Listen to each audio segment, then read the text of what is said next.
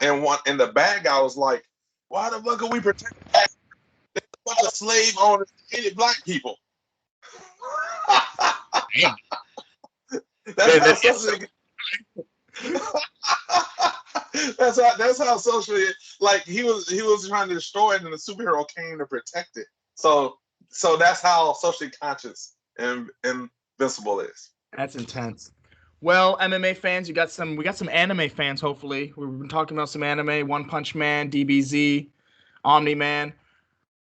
So, McNeil, do you know the I say philosopher? Do you know the fortune teller, the whatever you want to call him, Nostradamus? He told the future.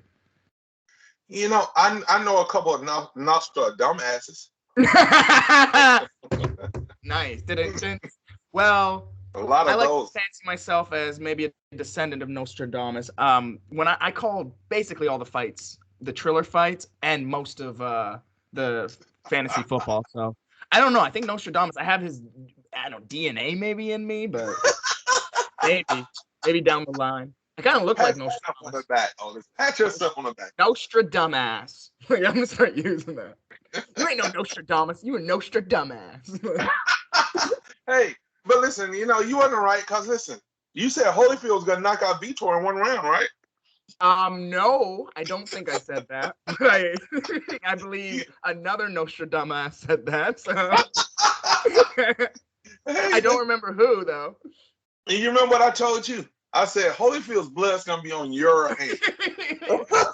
Honestly, like let's get into it. Hey, this is the Real MMA Bros. We got Otis Etchcom on this side, Chris McNeil over there, talking mad stuff. Like we'll get into it. But we're about to start. We're gonna touch on the Triller fights, and we'll talk about some MMA. Then we'll go to some fantasy football, and we'll see where we go. Chris, how are you feeling today? How's life? I'm feeling pretty good. A little tired, but I'm feeling pretty good. I always got energy to pod, It's good. Just get in bicep curls. It's all about bicep curls. So Triller, let's talk about the results. Let's get right into it. We'll start from the bottom. David Haye defeats Joe Fournier via unanimous decision, 79-72, 80-71, 79-72. A mauling. It just wasn't a fight. Jonah Carroll defeats Andy Vincent via majority decision again. Yes, those were cool fights, but those were legit boxing matches. Now we go into the freak show. Anderson Silva defeats Tito Ortiz, wait for that, via knockout round 1. How do you feel about the GOAT, Anderson, the Spider, no, not even the Spider, Silva? Here's the thing. I get Anderson Silva. He wanted to fight Logan Paul. I don't know what happened with the Logan Paul fight. So he was smart and strategic about Tito Ortiz. Tito Ortiz is a polarizing character even to this day, and he's a polarizing grifter also. Yeah. So perfect guy. Two great MMA fighters, people know. Great trust by Anderson Silva. Very strategic about having him go to 195, which he failed miserably. Missed weight. Yep, that's important. Miserably.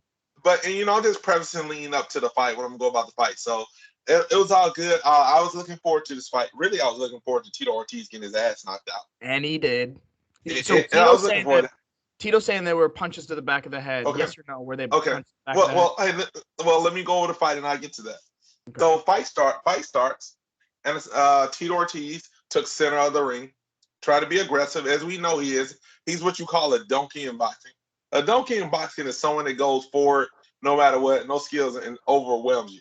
Yeah. Only problem. A lot of wrestlers do that. Like, no offense to the wrestlers, but they try to just, run forward. I remember Ben Askren was king of that. Ben Askren just mauled you. He literally didn't let you punch him. So. Yes. Wrestling is always about offense. All offense is aggression. So Tito came to the center of the ring and then pressured Anderson to the corner. And that is when it went downhill for Tito. Tito had him in the corner. Downhill, you can say that.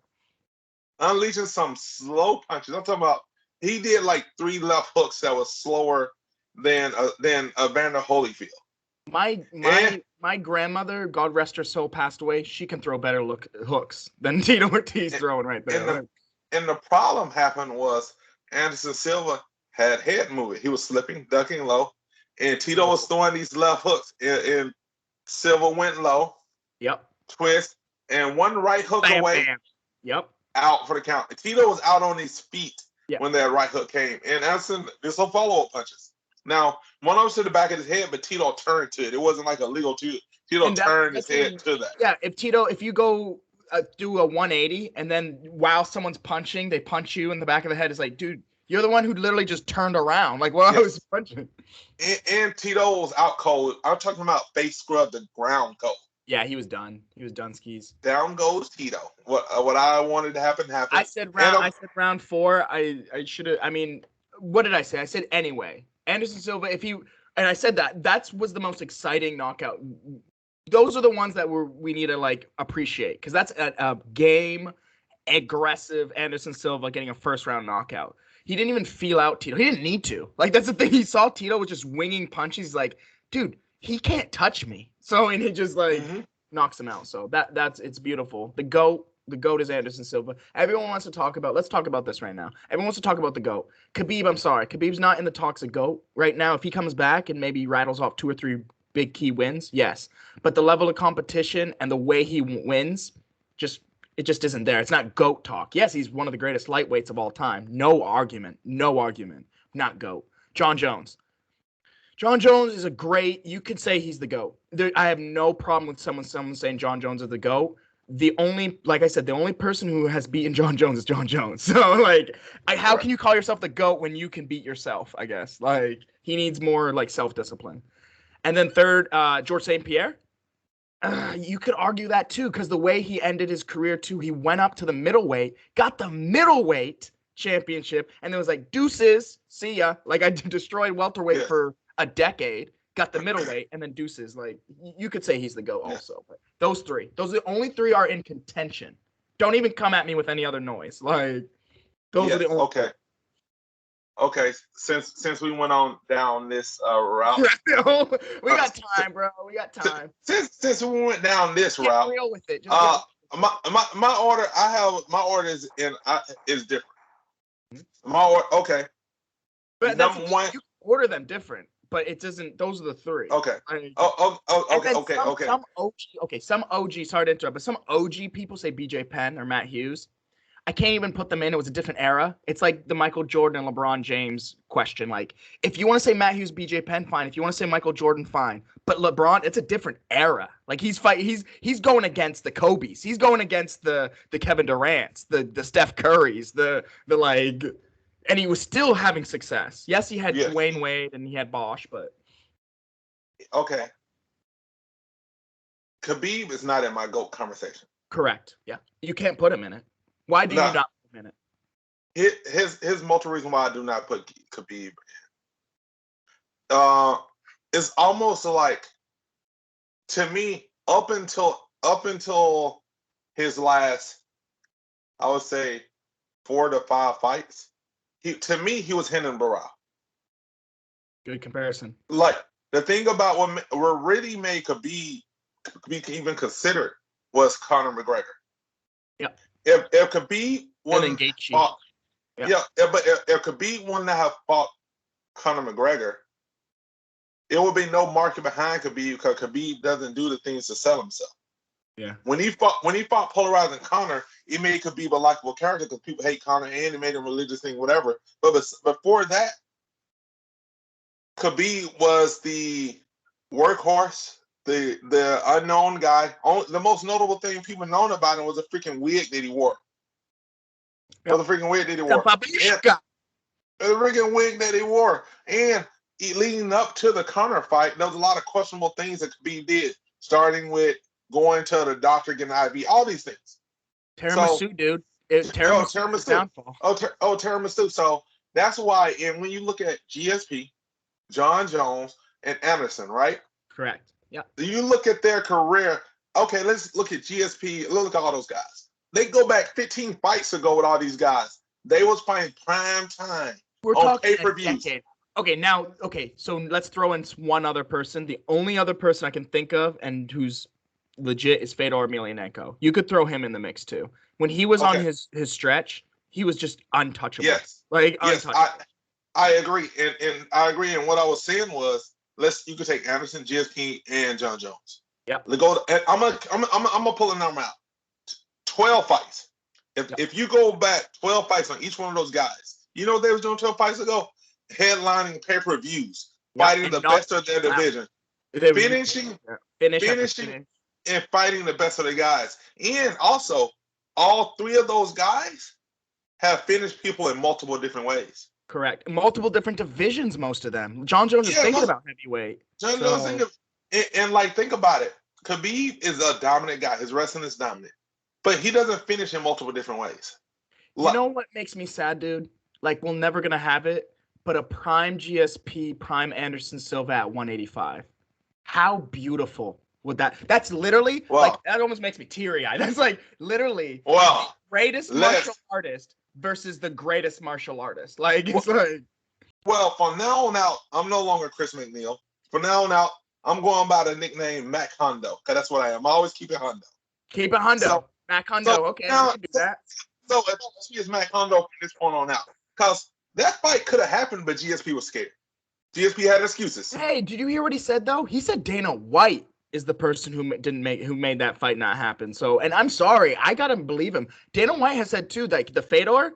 Dana White's the one who was like, that's my biggest regret is not having Fedor come over because I was an asshole and I was stingy and I wouldn't pay him $1 million, which he deserved. Like, okay, I get the Fedor, different federation. Yep. That was in GSP. GSP was saying the excuses. Dude, I don't know. I mean, we can go back. There's 3 people we have to talk to about this: Anderson Silva, GSP, and Dana White. And we know what. Oh shit. We know what Dana White's gonna say. Okay. And we know what GSP is gonna say. I want to hear what Anderson has to say about this. Hold on. How quickly you forget, Otis? Anderson was calling out GSP. No, it's on 100. Call me Mac 100. That's my. Oh, okay. No, I'm gonna call you Nando. Oh, Nando. No. Nando. So listen, here's the thing. Anderson was calling out GSP. GSP was talking about how it would take a long time for him to get the weight on, the proper weight on. Yeah. That's between those two. GSP made that excuse up.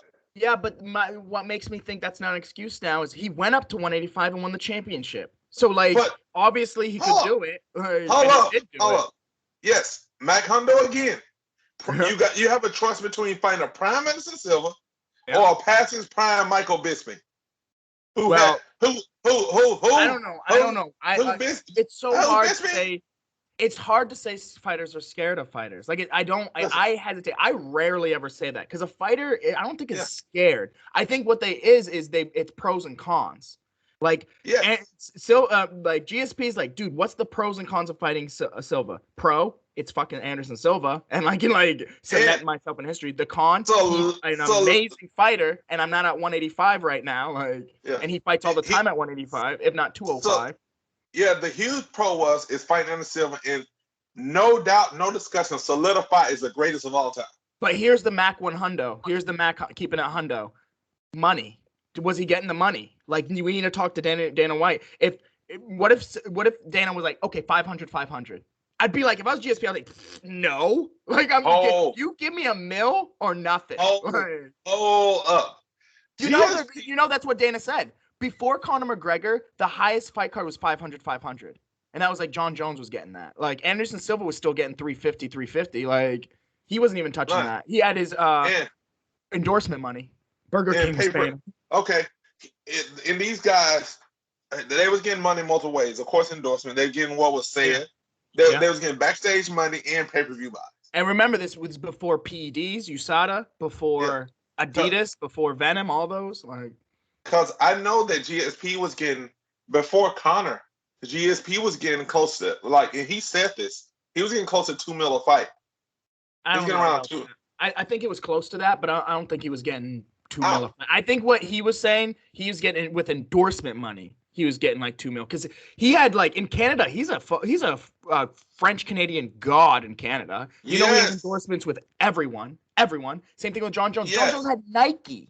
He had it with Nike and Gatorade. And listen, I think John Jones, Anderson Silva, and GSP were the only 3 guys that was getting paid multiple $1 million for They fights should have back came then. together and formed a union, but we'll go on that. Here's my last question before we move on. We haven't touched the Triller, so we got to go to a Triller. But last question: your Mount Rushmore, MMA Mount Rushmore. You got Anderson Silva, you got GSP, you got John Jones. Who's your fourth?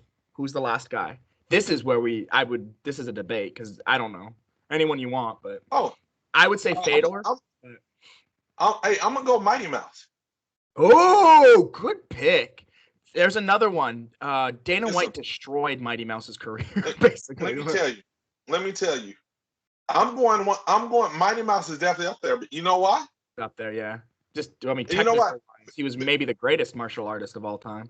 Because Anderson Silva and Mighty Mouse, out of that whole list of the guys you named, done stuff in the octagon no one's seen before. Correct. That only they can do. Remember that fight? He had an arm bar the last second of the fight. The last second of the fight. Like what about the suplex transition to the arm bar? In mid-air. When I saw that, it was one of those did I just see that? I had to rewind it like 4 or 5 times. He suplexed him into an arm bar and finished it. I was like, what? Like that was like freaking King off of Tekken over there. Until I see it, I don't think anybody else in MMA can do that. And then you got the front kick to the face, of course. Anderson Silva, literally karate kick to the face, knockout. What Anderson Silva did that no one else did was he missed a smile in the face of danger. Yeah. When it comes to that, the Forrest Griffin fight is the thing. Like, I remember watching that fight. I thought Forrest, it was joking or something. Because the way Anderson was moving, Forrest literally could not hit him. Like, literally. No. And Anderson was like, dude, what are you doing? You're not even hitting me. Pop! And then he did a jab going backwards and knocked out Forrest Griffin. And it was like a little risk, but I think I told you this before, but Forrest Griffin talked about that fight. He said when he knew it was over with, he swung at Anderson Silva. Anderson Silva looked at the punch, weighed at it, and laughed at him. He was like, "That's really what you throwing at me?" Dude, we just talked about this. It's the Spider-Man. Remember that when Spider-Man got his powers at the beginning? The guy punched him, looked at the punch, was like, "What's going on right now?" Yes. And then and Forrest literally quit that fight. Yeah. Like Forrest was fully aware the ref, like when Anderson hit him with that punch, the ref came to him and Forrest waved off. Forrest literally was done. And see, that is why I put Mighty Mouse, and they both had their own. All of those fighters had their own special gifts. And can we talk about too? That was at 205. Anderson Silva's a 185er, meaning it's a very interesting weight class from middle to lightweight. That's a big jump, dude. That's a big jump. That is why I'm going with GSP, Mighty Mouse, Anderson Silva, because out of all those fights, those are the 3 fighters that went in different weight classes. Those are dominance. Yeah, dominance. Yeah. Like Mighty Mouse started in a higher weight class. They made that lower division. So to me, when you step up to other weight class, it shows supreme confidence in your abilities. Yep. And you at a disadvantage. So they smile. We talk about. Connor was the first one. He dueled to championship, so he was 145. He was obviously I don't know how he made 145. I bet you $1 million. He couldn't make 145 right now. Not even close. He couldn't even make. Let me tell you. Okay, all these fighters have special gifts. I'm gonna go over these special gifts and then we get to the Triller fight. So GSP special gift. His special gift was his super speed time in transition. He was able to change levels faster than anybody. He was able to notice anything that you like, any strike that you're giving, especially kicks, whatever, and time it for a takedown. His timing was ridiculous. That's his gift. He took fights like Olympic, like he took it as a sport, not a fight. Yeah. Okay. A Mighty Mouse ability is Mighty Mouse is an extremely quick thinker, adjuster, and he had literally no weakness in his game. No weakness. John Jones' special power, first of all, his God-given gifts with his long reach. But John Jones' special power is, out of all of those fighters, he literally flowed like water in an octagon, meaning he would do anything to cause pain. It's a fight. He would do anything. He always come up with different tricks to cause pain. And he Yeah, was let's great at talk. that. I mean, we've had the shoulder shrug, the one he grabs onto your shoulder and jumps up. Like Yes, that's dirty. That's cold blooded. Like, and then yes, the oblique and kicks, of course.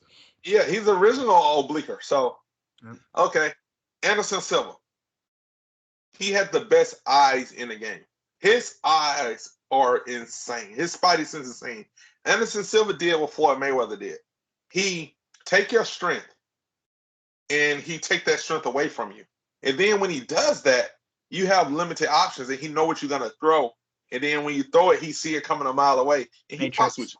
He should have you. been called the Matrix because he's Yeah, obviously with his eyes, his precision and timing. He was in like another dimension when he was fighting. Like, and you could he, tell everyone watching that fight, including the other fighter, knew it was something fishy going on. Like there was like he's in another let, dimension. now, I know you're gonna be happy about this, because you're a Homer guy. Anderson Silva and Tom Brady. He exhibited Tom Brady like characteristics, meaning here's why. Here's why. Tom Brady do it so much, you just look over, and Silva did it too.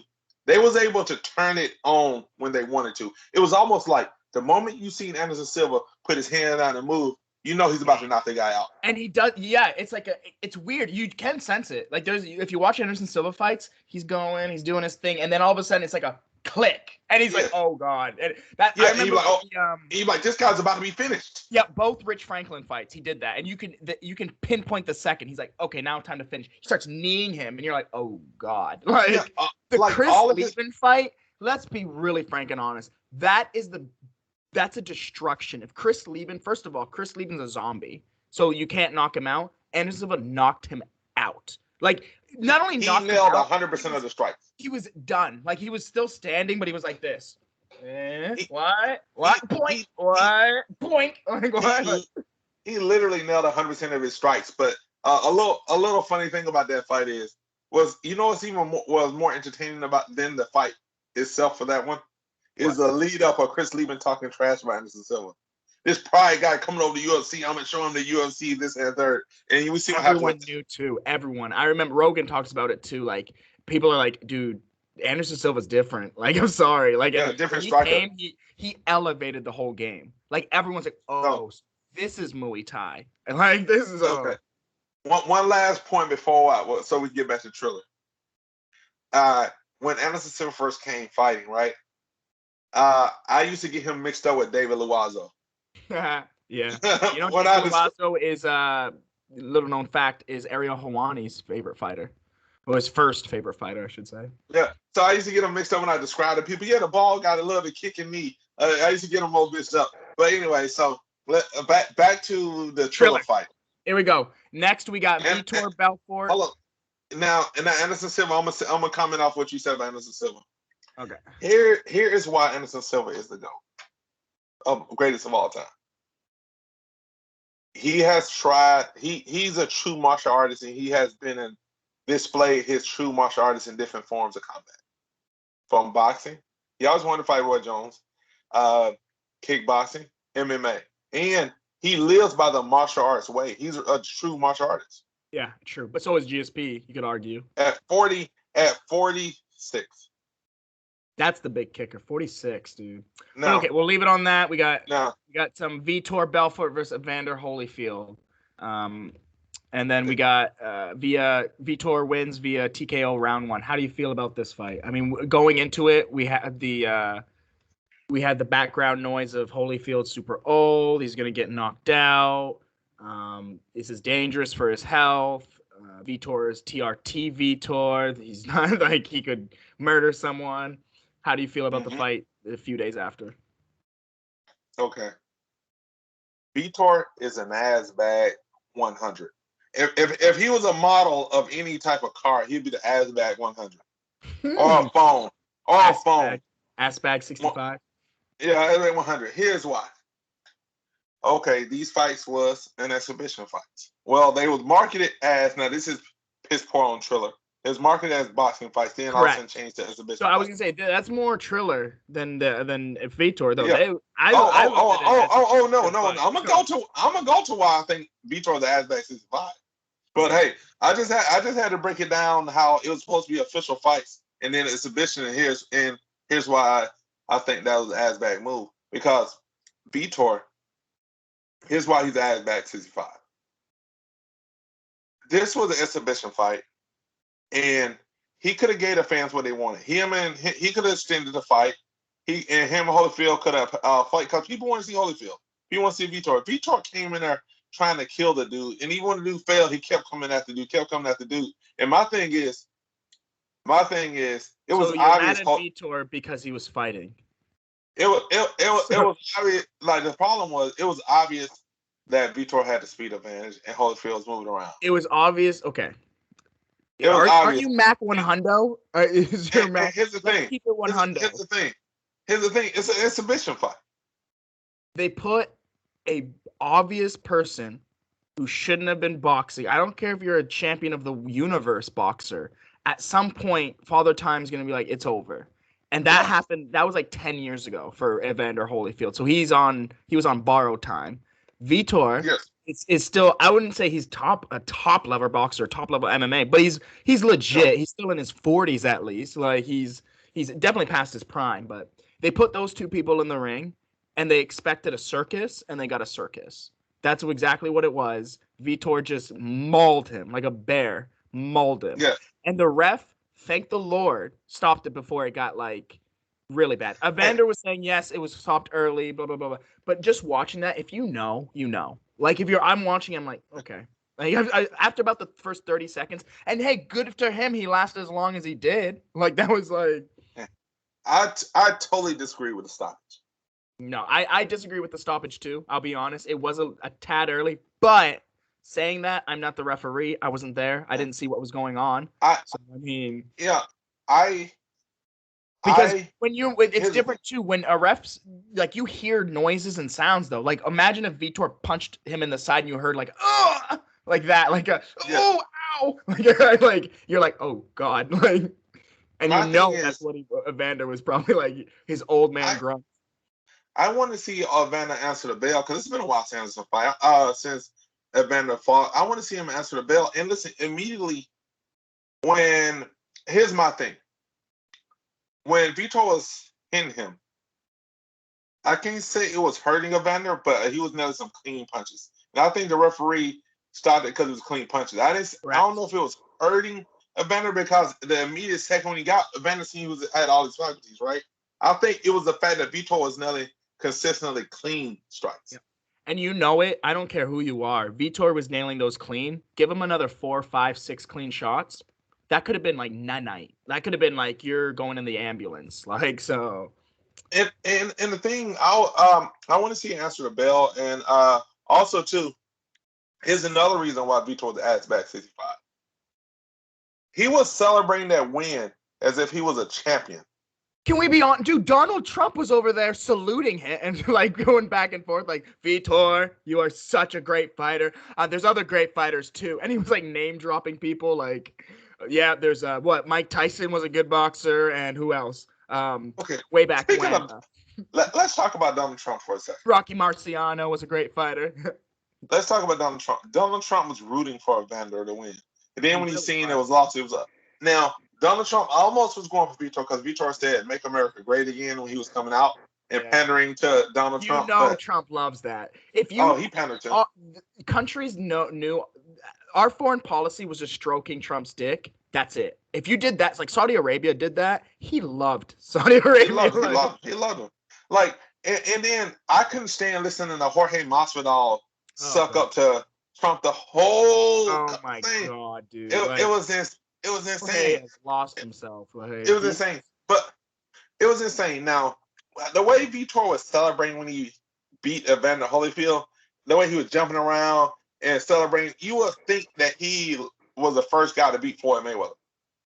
Yeah, it was pretty insane. I mean, let's be honest, it's Evander Holyfield. So, I mean, it's not like no one, but it's Evander Holyfield, like I said, 10 or 15 or 20 years past his prime. So, and the reason why I'm big on exhibition was it's an exhibition. Yeah. And you celebrating like that. Yeah, but I mean, the Mayweather-Paul fight was an exhibition. So, Mayweather. We're throwing the word exhibition too much. And two, with that fight, also, the difference between Mayweather and Logan fight was they didn't even announce a winner. No, they didn't because there was no. It's an exhibition. Exhibitions. You're not supposed to announce the winner, I believe. Yeah, they even announced the winner.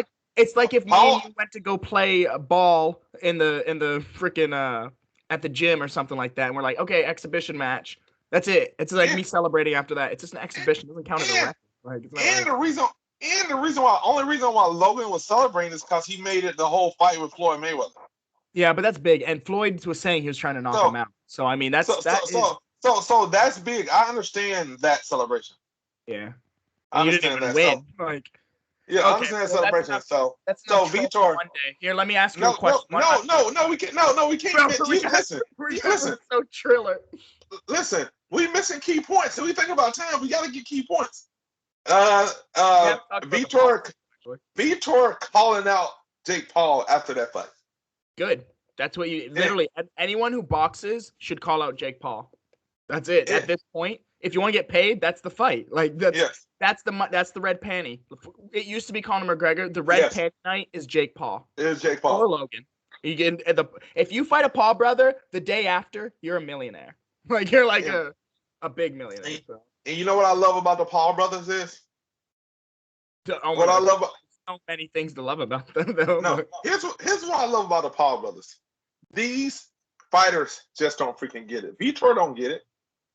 Anderson don't get it. Do you see how much money it is for the Paul Vitor? What Vitor? I don't know if it was Paul or Vitor how much that they would make, but I saw this number float around. I think it's Paul would get $50 million to fight Vitor. Wow. 50 mil half? Nah. Dude, that's money. That's not like a little bit of money. Okay. 50 million. Okay, let's talk about the money. I think Vitor said 20, 25. Then the owner of Triller said 30. And then Jake Paul came and said Triller don't have that much money. He said Triller don't have. Right. Like I don't think they have enough money because it's not just Paul knows. Paul has his YouTube persona, his YouTube aura. He's getting paid probably maybe millions a month off that YouTube stuff. Not let alone endorsements, all of that. If you want him to like fight for you, he knows when he fights, eyes are gonna be on him. He knows it. He's like, dude, at a minimum, my YouTube people are gonna watch me. That's like what 30 million people right there. Like, so here's how I know Triller has that money. Simple. Simple. We can look at the last fight card. What do you think they paid Big 45 Donald Trump? They paid Donald Trump? Oh, they got at least $5 million to have him there. Okay, like maybe more. Okay. They bring these stars in, these rappers and all these other stars in each of them $1 million, maybe. Like stretch out. Listen, they bring Jorge Masvidal. Okay, and then you gotta pay Anderson Silva, Tito, Vitor. Triller has the money. Only thing about it is with that same card that they're gonna pay him $50 million. They're gonna stack that card more. Logan's gonna fight on that card too. They're gonna make sure they get that money back. They'll make their money, but the point is, they will pay $50 million, and Logan knows that. Or they will. They will. Jake, both the Paul brothers. They're like, they look at their bank account and they're over here just laughing at us. They're laughing at the world. They're like, we are almost billionaires, and all we've done is troll people and box and fight them. That's all we've done. We haven't the worst thing you can do to a rich person is call them broke. Yep. Now they got to prove. That's what I was just about to say. Now they got to prove that they got that money, and Jake knows that. Same way with the Poirier-Conor McGregor thing. Like when Poirier said that you didn't pay me the money that you promised me, that's an insult to someone that's wealthy. Because you're calling them broke. You know Poirier did that on purpose, but that probably fucked up Conor McGregor's mentality. Like that was actually such a great move by Poirier. Yes. First of all, I already beat you. Secondly, you didn't even pay my charity. So like, thirdly, I just beat you again. Like so. Your leg. Yeah, I broke your face. That's what happened. And here's why I was saying Paul brothers are thinking they playing chess while Vitor is playing checkers and all that. They're not playing. They're playing what's above chess. They're playing like 5D chess, like just looking at all. It's like because Jake will not fight Vitor. No, I don't think so. Jake will not fight Anderson. Jake will fight Jorge Masvidal. Yeah, but here's why. Out of all the fights, that's the scariest. I wouldn't fight Jorge. Say what you want, but he's aggressive and he comes to fight. I don't know about his boxing. Maybe he thinks See, he take his boxing. Here's why that Jorge. Here's why they're playing chess between Vitor, Anderson Silva, and Jorge Masvidal. Right? Mm-hmm. Jorge Masvidal is the least polished striker out of all those three guys. Yeah. Masvidal throws hammers and stuff, but he gets into brawls. So here we go. This is Paul Brothers, UFC. Listen to me. All of you. Do you all want to make millions, if not billions, maybe some of you? This is going to be the card. It's going to be called Triller versus UFC. Okay? Everyone's the matchmaker. Let's hear it. Triller versus UFC. The Diaz Bros versus the Paul Bros tag team. First ever tag team boxing match. Dude, I'm telling you. Tell me you wouldn't watch that. A tag team boxing match. Meaning that you tag your partner, they come in and they box for you. Dude, that's a $1 billion idea. Hold on. I will watch it, but it will be a train wreck due to the. It would be a train wreck, but you couldn't look away. Imagine if Nate. No, you couldn't look away. Boxes Logan, and then Logan's like bloody face just tags Jake in. And first of all, I don't trust the Diaz brothers in that context. I know they might double. The Diaz brothers would choke them out, put them in chokeholds and everything. Like I don't act like, hey, you're not gonna get your million if you do that. Now, and you know, Diaz brother, like I don't give a fuck, Stockton forever. This is bullshit. This is bullshit, motherfuckers. It ain't real. $20 million. Calm down. This is real. They're not real fighters. Hey, Dana, Diaz Bros, Logan, I'm telling you, tell me that wouldn't be the biggest event in the history of sports. Now, I agree with them on the card, but I don't agree in that train wreck that you're talking about. This is planned. You know put them both on the card versus each of the brothers. Like the main event is whoever you want. Okay, plan B. Younger brother versus younger brother, big brother versus big brother. Yep, and then whoever loses, and then the next fight is they switch it up. Then they hurt the other people. Yep. Now, and then the third fight, the main event, the Diaz brothers fight each other, and the Paul brothers fight each other. We call it like that. Now that would be brother. Hey. BBB. Now I like the idea of the brothers versus each other. I like that idea. Yeah. So, but we're a little off the rails. But what do you see next? What's gonna go on with Triller? What do you see the next fight? Hey, put your Nostra. Okay. Not the dumbass hat. Put your Nostra. How can I put education or Otis or Nostra Otis? Just Nostradamus. Nostra. My crystal ball. McNeil, what's your crystal? Hey, I've seen some training videos of Mike Tyson. Mike Tyson's back to training. Okay, I like it. Originally they was gonna do Mike Tyson versus Evander, which Evander is calling for that fight still. He still want to fight a trilogy. He still want to fight a trilogy. No, I can't do that fight. That's Evander. I'm sorry, but you're done. Like Tyson isn't done. Tyson still has that little bit of spark. Can you do a Jake Paul versus Mike Tyson? Oh man, that would be interesting. I can't even say I wouldn't. I would definitely watch that fight. Like, tell me you wouldn't watch that fight. Imagine Mike Tyson knocking out. Like, I'm talking like prime time Tyson knocking out Jake Paul. Like, I'm talking like flatline.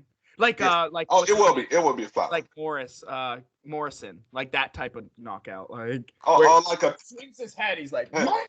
Like goes down. Like a Alistair Overeem knockout. Yes. With Francis Ngannou. Also, you know, Oscar De La Hoya want to fight. Well, Oscar, get better.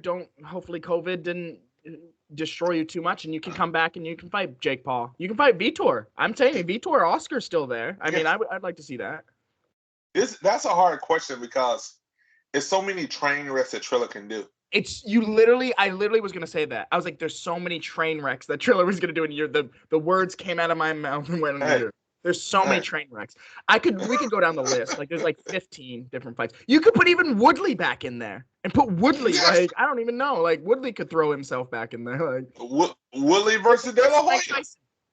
I'd watch that. Yeah, Woodley versus Tyson. Woodley versus De La Hoya. I'm glad you said that. Your Willie kind of clowned Mike Tyson when Mike Tyson said that Jake Paul beat him. You remember, he did a video of Mike Tyson's face on a little person with a cowboy hat, and he said, "This clown," and he said, "This clown." How this is dare he? He said, "This is the guy." Yeah, he said, "This is what you king like that." He said, "This is what you sound like when you said Jake Paul beat me," and it was a miniature Tyson. Okay, let's talk about this. Woodley, shut up. Like, I'm sorry, you had your chance. You had him on the ropes. You blew it. Yeah. Like, no one else blew it except you. You blew it. Take responsibility. Get the tattoo. Move on with life. Like, that's. Yes. You remember? I think I told you this on the phone. I told it last fight what Dan Hardy said about Woodley. Didn't I tell you that? Yeah, no, you did. Dan Hardy went off. That was actually, I was like, what, Dan Hardy? Like, is it just me or all these people going off now? The Ariel Helwanis, the Dan Hardys, even the like John Anik every now and again. I'll be like, whoa, okay, John Anik. Like, see, here's why. Michael Bisping, of course. And here is why now. Because people realize in the art now, when people get paid to talk, you got to say something. Yep, Stephen A. Smith. You got to say Stephen A. Smith. Who wants to see my Stephen A. Smith? Yes. LeBron James is the greatest player. What? Are you smoking the reefer? Oh man. Hey, I didn't know Stephen A. Smith had a stroke. I did not know. Okay. Tell me he doesn't do that with his face. What? Yes. He does. So he's trying to come over to MMA, so we'll see. Yeah. So hey Stephen, much love. He's probably one of the top broadcasters in the game. So I'm just saying. He's literally the highest paid person on ESPN. He won. So you win, Stephen. Yeah, he won. And he has most shows. Just to go over real quick, I'm gonna go over this real quick. Did I go over this on the pod last time when Dan Hardy said or no? Yeah, you did. I remember.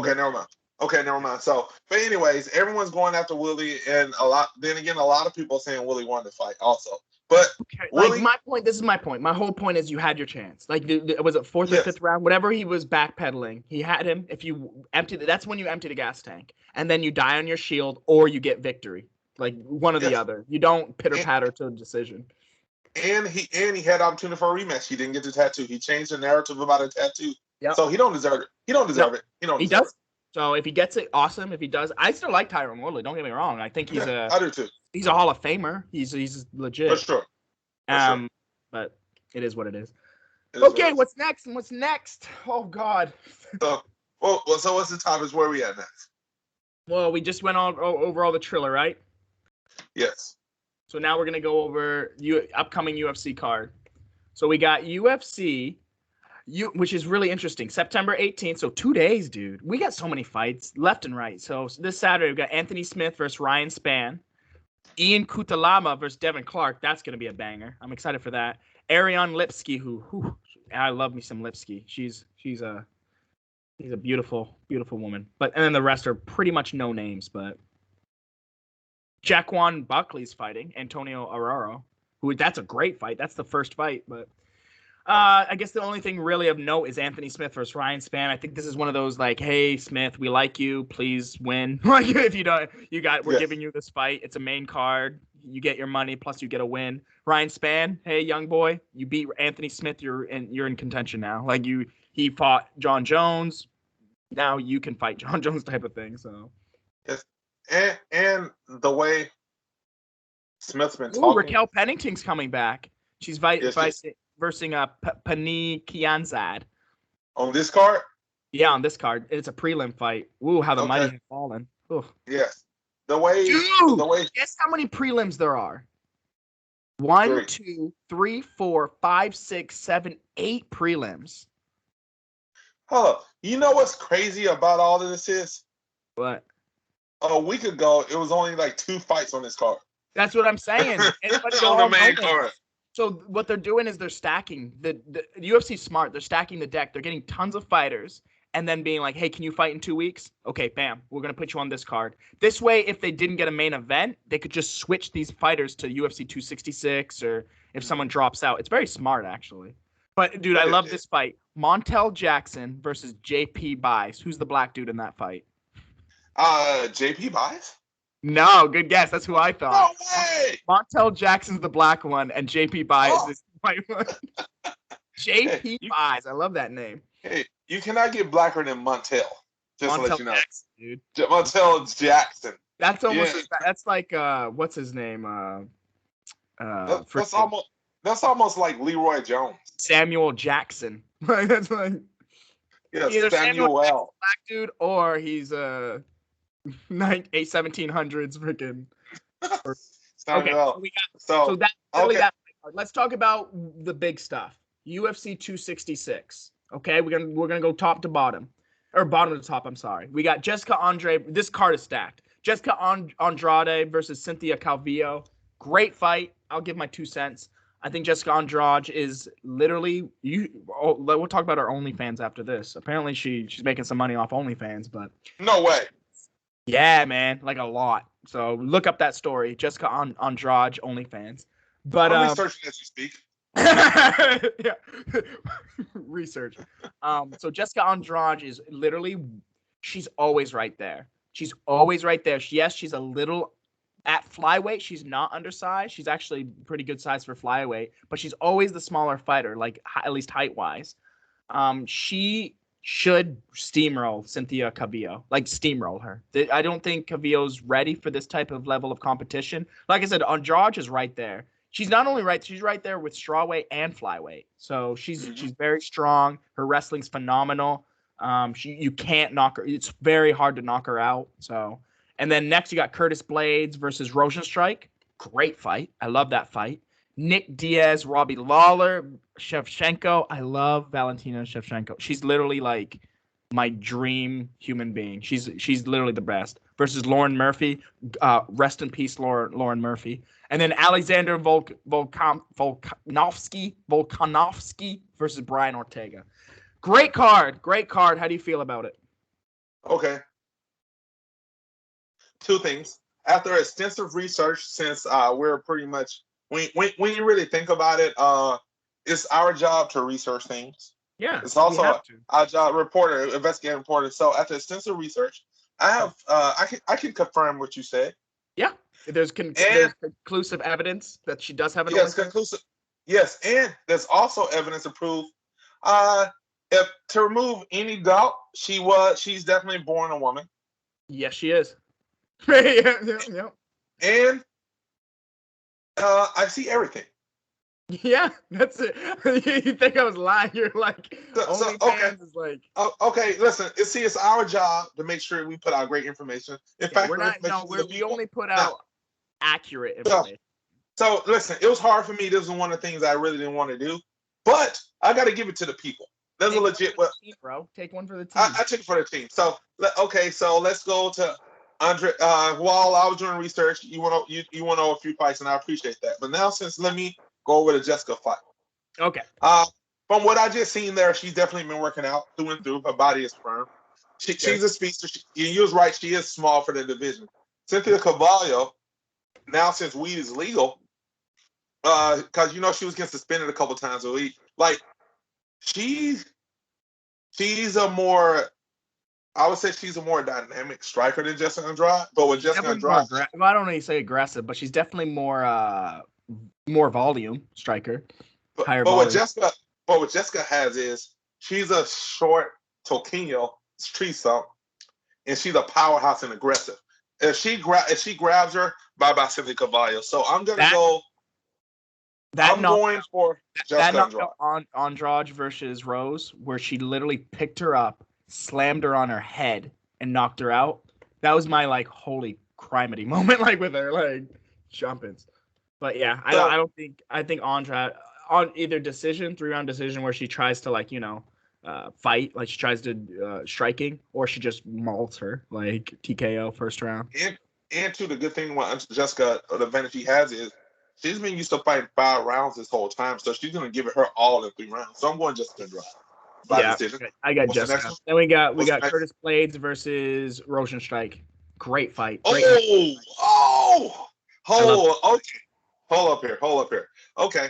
Of course, I love heavyweights. 2 guys, 1 out there. I see Curtis Blades winning because here's the thing about Curtis is Rosenstruck has shown that he's not aggressive with his strikes. He's a counter striker, and he waits and waits and waits. You know what? You know what's gonna happen when you wait against Curtis Blades? He's gonna shoot for the takedown.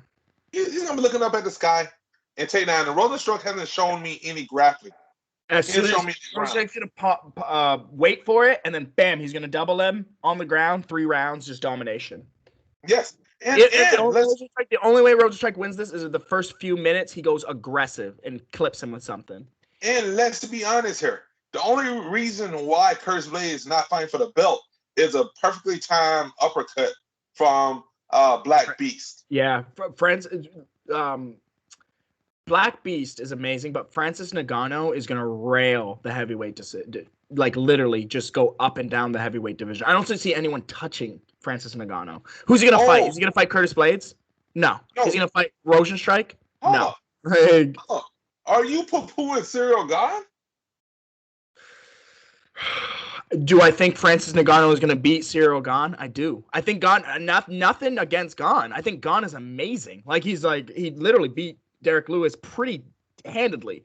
But I think Francis Ngannou is a different beast. A focused, aggressive, technical Francis Ngannou, no one can beat. No one. Hold on. Can a C-level Kane beat him? A C-level Kane beat a A+. I don't think a A+ Kane could beat Francis Ngannou at this point. The game has evolved. Kane was a volume striker. He didn't have the power. He really did not have crazy power. He just had amazing wrestling and volume striking. For a heavyweight volume striker, that's big. Yeah. Listen, Kane's weapon was his pressure and his endurance. Yeah, at heavyweight. No heavyweight can deal with that. Junior Dos Santos fights were amazing with Kane. That really showed his endurance and how he could push himself. But the second 2 fights. So doesn't touch, not even close to the power of Francis Ngannou. Okay, so Curtis Blades. So who do you see I see Curtis Blades winning that by decision. I see Curtis Blades either by, like I said, there's 2 ways. I see Rosenstruck clipping him and then finishing, or I see Curtis Blades 3-round decision, just mauling him like a bear. Maybe even if he could get a TKO, it depends. If he second, 3rd round, he feels Rosenstruck ground and pound, GMP. Yeah. Yep. It just bam, ground and pound, game over. So next we have. Who do you have? Oh, you have Blades, easy. I know. This is the fight. Okay, you sitting down? My boy. You sitting down? Is it my boy? Diaz versus Robbie Lawler. This is. Do you just get a weird nostalgia, old school UFC vibes? I'm just oh, I love it. Hold up. Did you jump over my boy Luke Rockhold versus Sean Strickland? Not on this card. Oh! Did they move that to a main event? Yeah, I think so. It's not on the card. Let's see.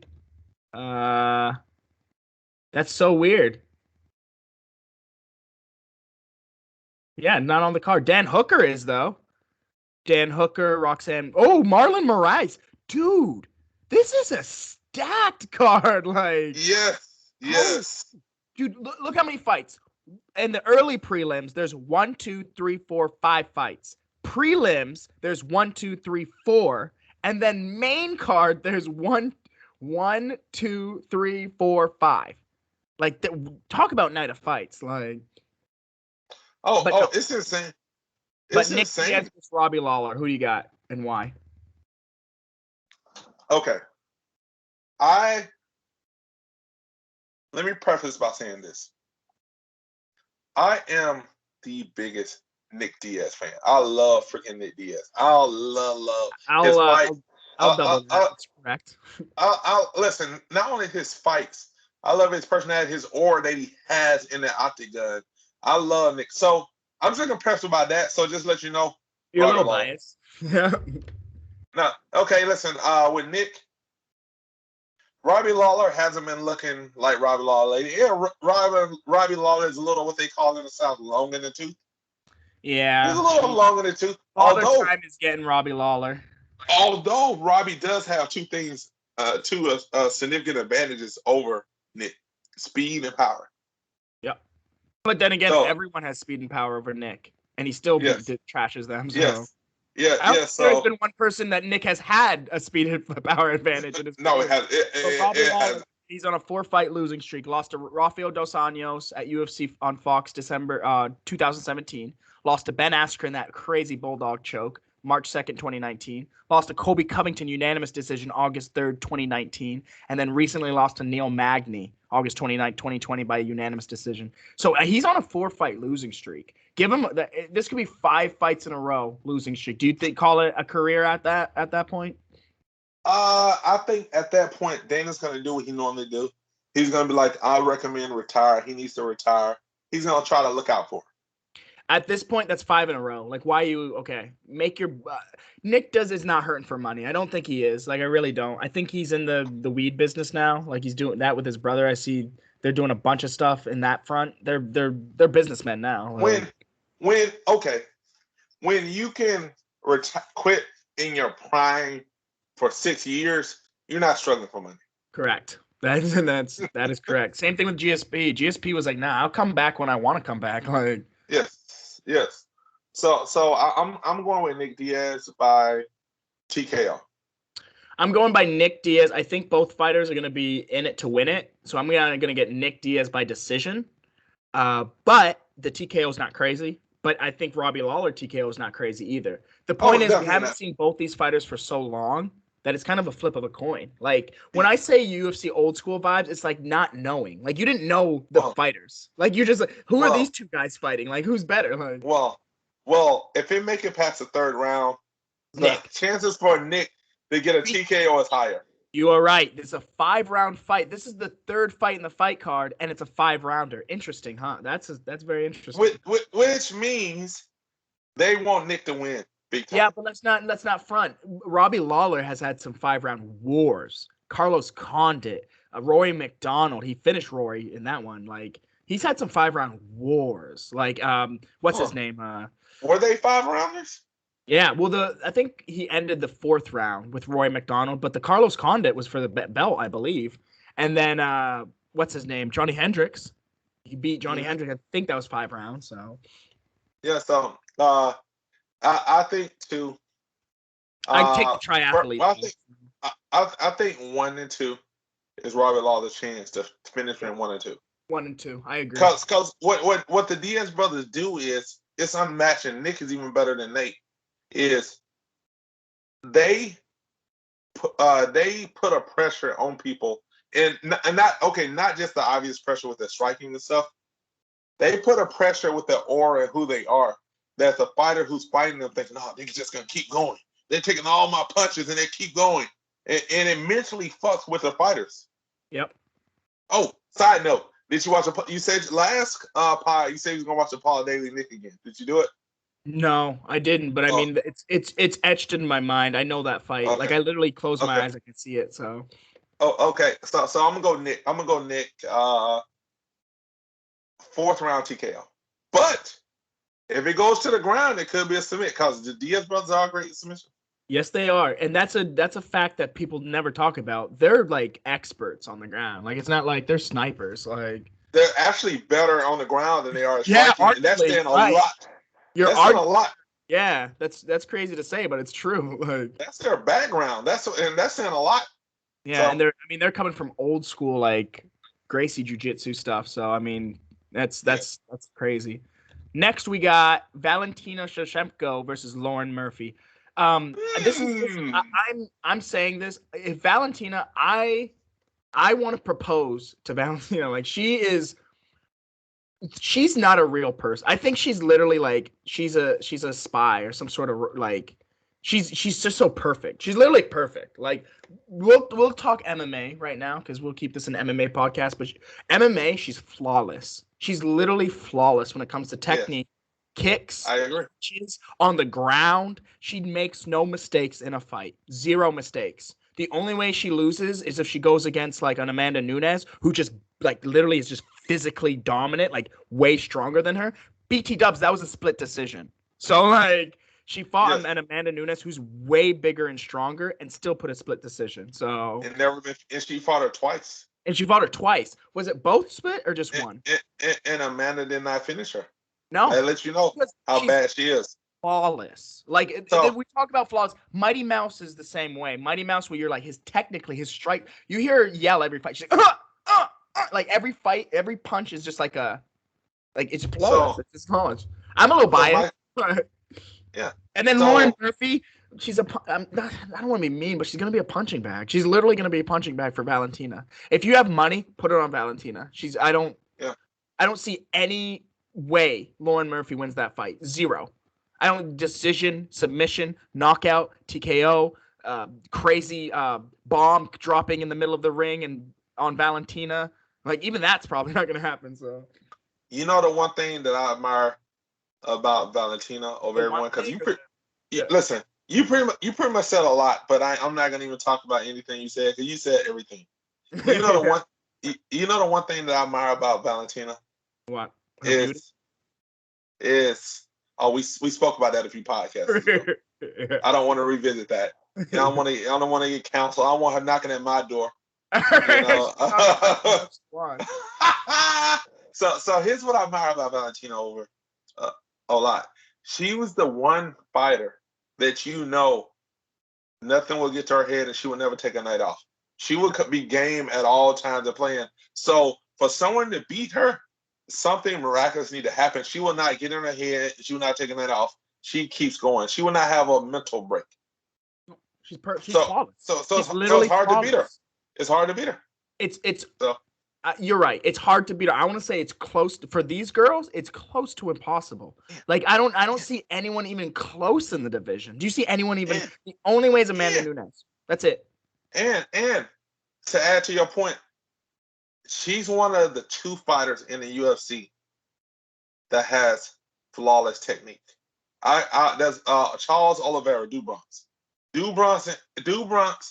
and her. They have flawless technique. There's no flaw in their technique whatsoever. Yep. And it's insane. I can't disagree with you, bro. That's actually it's flawless. The only difference is in men's. I don't want to. No sexism, no anything. Men's and women's are very equal in the fact that the competition is so high. But saying that with Dubronx, anyone in that division could knock him out. Anyone. Any male in that division could literally knock out Dubronx at any given night. So you need that flawless victory. Valentina, who's knocking her out? Who's literally even close to finishing her? The only one is Amanda Nunes who didn't. Hey, my question okay, I could have a brain fart, but who knocked out Dubronx? I don't think anyone. But I know he fights straight what up. I'm saying is anyone could. Okay. Anyone I got you. Could knock out Dubronx. Especially the 155. Great. You're right. With the 155. Okay, you're right. Okay. Knock out Valentina. Anyone in the top 10 that could. I don't see anyone. I don't see anyone. Roxanne Modafferi, is she gonna knock out? Is Jessica I gonna come back and knock her out? Well, listen. Speaking of anime lovers, Roxanne Modafferi. That's Roxanne. I respect that. I'm a big anime fan, but you're not beating Valentina. I don't think anyone. And she looks like your girl Dinah. Just to let you know. She looks nothing like that. Roxanne Modafferi. Glasses. That's good. Hey, I'm just saying. And they walk in front of me. We can talk about Roxanne for 2 seconds. He's Roxanne Modafferi is like the little train that could. Like you always think she goes up, she's gonna lose. She beat Paige Van Zandt. Like that was legit win. So props to Roxanne. Keep going. Keep grinding. You got to work on your striking, but she's grappling. She's great. What else do we got? We're at the tippy top. Let's go. Alexander Volkanovski versus Brian Ortega. What do you got? Okay. I'm just gonna let you know I didn't watch any of the Ultimate Fighter and seeing the shenanigans. Never watching another Ultimate Fighter. There's too many. I watch Contender Series maybe, but not Ultimate Fighter. It's too much. Okay. The way he said he looked his last fight, if he stays that way, or if he improves even more on that, Volkanovski doesn't stand a chance. He said he was a different fighter. Volkanovski beat Max Holloway. I agree. I mean, the MMA math doesn't. You shouldn't use MMA math, but I'm just saying Max Holloway destroyed Brian Ortega, and Volkanovski beat Max Holloway. So I mean, and listen, and that is my point. The fighter that Max Holloway destroyed him in T City, he was not that fighter at all when he fought Korean Zombie. The technique was different, the movement was different, everything. When he fought Max Holloway, T City was a boxer who always got in danger, and all of a sudden he slapped on a knockout submission. When he fought Korean Zombie, his striking was dynamic. I don't know what he did. I don't know if he got hypnotized. I don't know what I got possessed. But he definitely took a lot of time off after that, Max Holloway, because Max Holloway bludgeoned him. His face was like, it was so brutal. It was so bad. And he didn't have no tools. He couldn't have no answer to Max. So he definitely got to cuss that fight. Like, now, one thing and this is what I love to see, what T City showed me, shows his mental fortitude. Like, he was out for I think a year or maybe a year and a half, maybe 2 years, and went back and retooled and just was a different fighter. If he's got one of the greatest coaches in the game with what's his name? His head coach, the Gracie. What's his name? He's his jiu-jitsu coach. You're talking about the shyster, the con man. Listen, he's legit. Have you watched his videos? He's like, I have watched it, dude. I have watched this. Genius when it comes to like MMA. Like he the way he breaks things down and like explains them. He's a super genius when it comes to MMA. Him and what's his name? The Danaher. Danaher is literally like, his IQ must be off the chin chang. Like, he's so smart. Like, yeah, the Gracie Academy. He has a great jiu-jitsu coach, and he's been training with Henner since he was a kid. He's been training with Henner since he was a kid. So I agree. He does. But before, when he fought that Max Holloway fight, right? He literally was training his boxing in his garage and his jiu-jitsu at the Gracie Institute. Yep. There was a video. He was a surfer boy. Then he went back and retooled. Here's what I'm looking at right now. I'm looking at the time he took off. So you can continue talking. I'm just looking at bouts. The time he took off. Yeah. But the way he improved. I'll go over the Brian Ortega Volkovsky. So Volkovsky, he's proven. First of all, he was way bigger and lost all this weight and came down. So he was like a 250-pound man before this, like big, and he was like a rugby player. So and he's fighting at 145. Dude, he lost 110 pounds. Like, what? Like, so. Can you imagine 5'6", 250? I know. He must have been like a Mack truck. Like, definitely has the power. And Volkovsky, he's shown like he's legit. Like, he's obviously champion. He beat Max Holloway, a game Max Holloway. I think Max Holloway had some issues he was dealing with at that time, which he's now better, hopefully. So that's really good. What Volkanovski also showed me too, because he comes from a great camp of strikers. Yeah. But what Volkanovski showed me too was he exploited Max Holloway's lack of leg kick checking leg kicks, and because Max Holloway is pretty much a boxer, so he showed the ability for a strategy, which I like. Which is really crazy. Like, Max Holloway destroyed Jose Aldo twice, and because Jose didn't leg kick. Like, he was wide open for the leg kick. That's his weakness. Yes. Like, he didn't use it.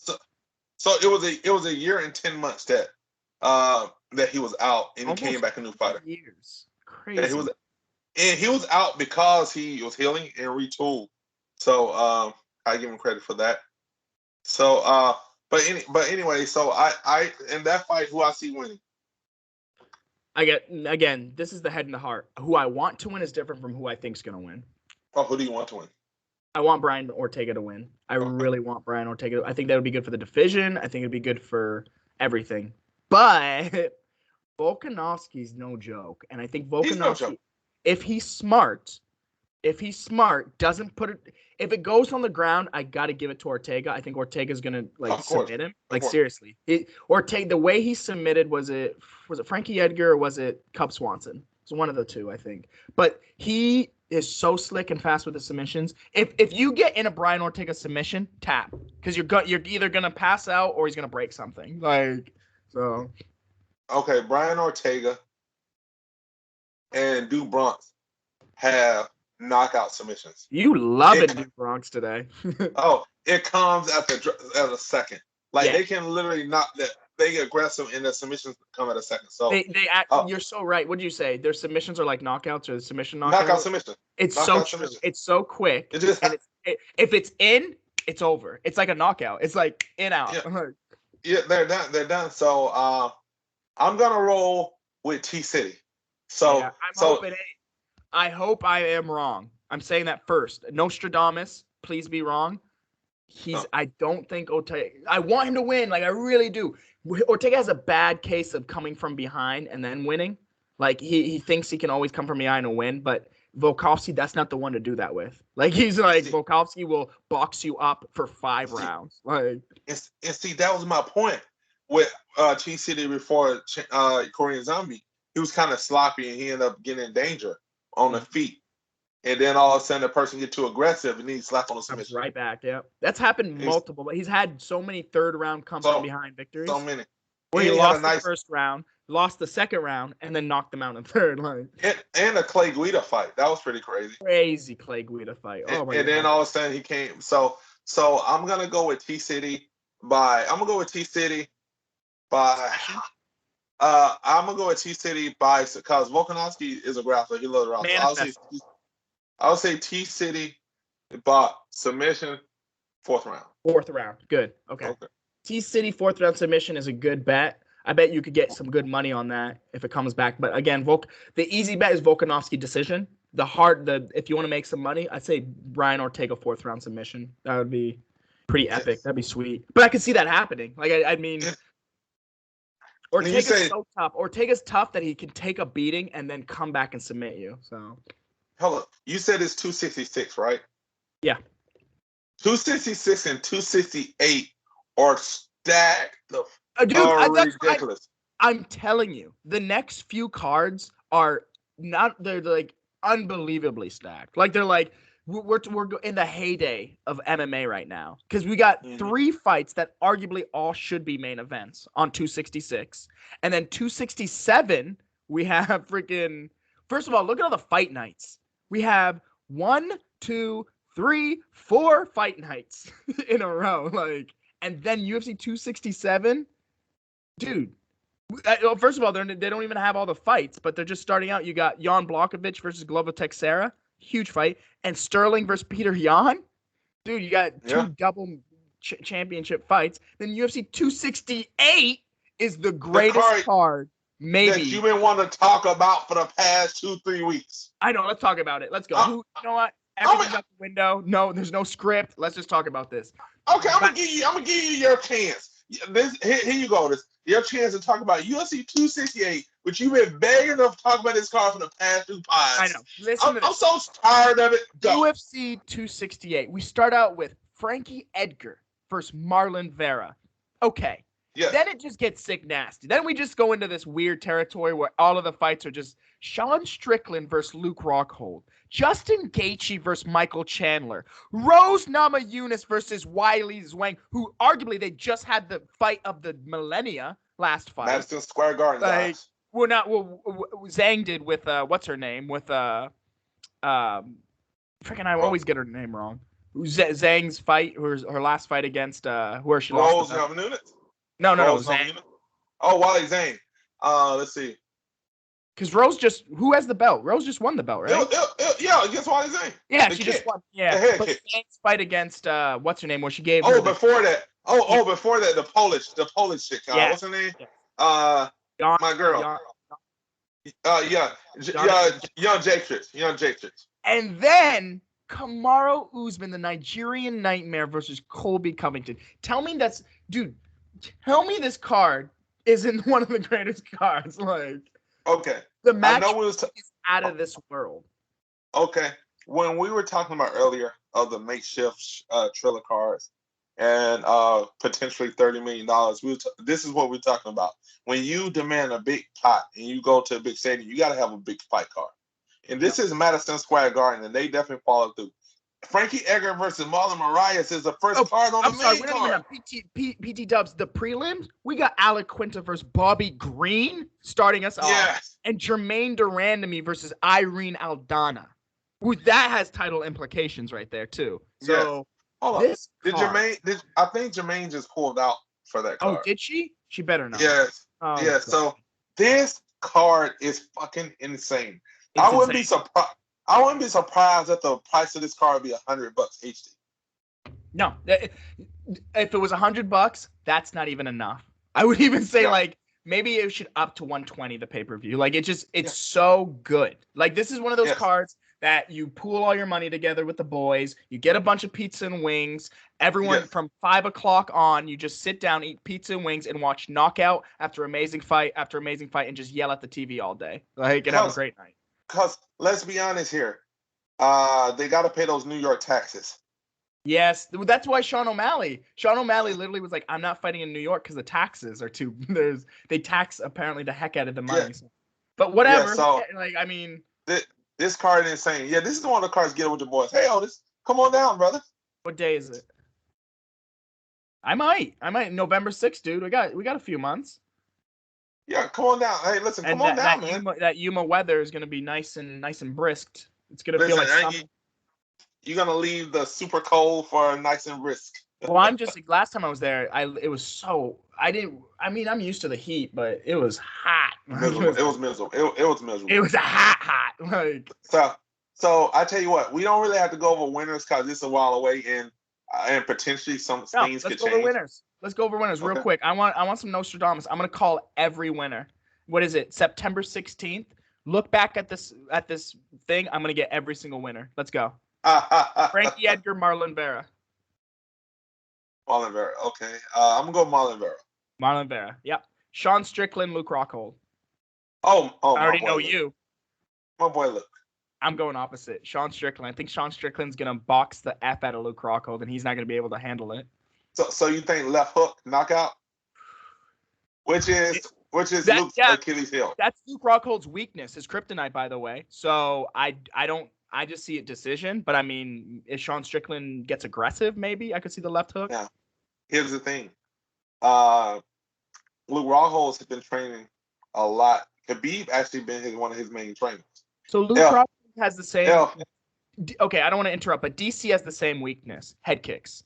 DC, if you have, I think it's like a left. If you hide the left behind a head kick or something like that, you get him every time. And DC has said this on the record. Same thing with Luke Rockhold.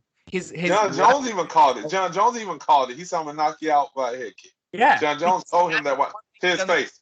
He's a wrestler. He never thinks about the head kick. So same thing with Luke Rockhold. That left hook's gonna come, dude.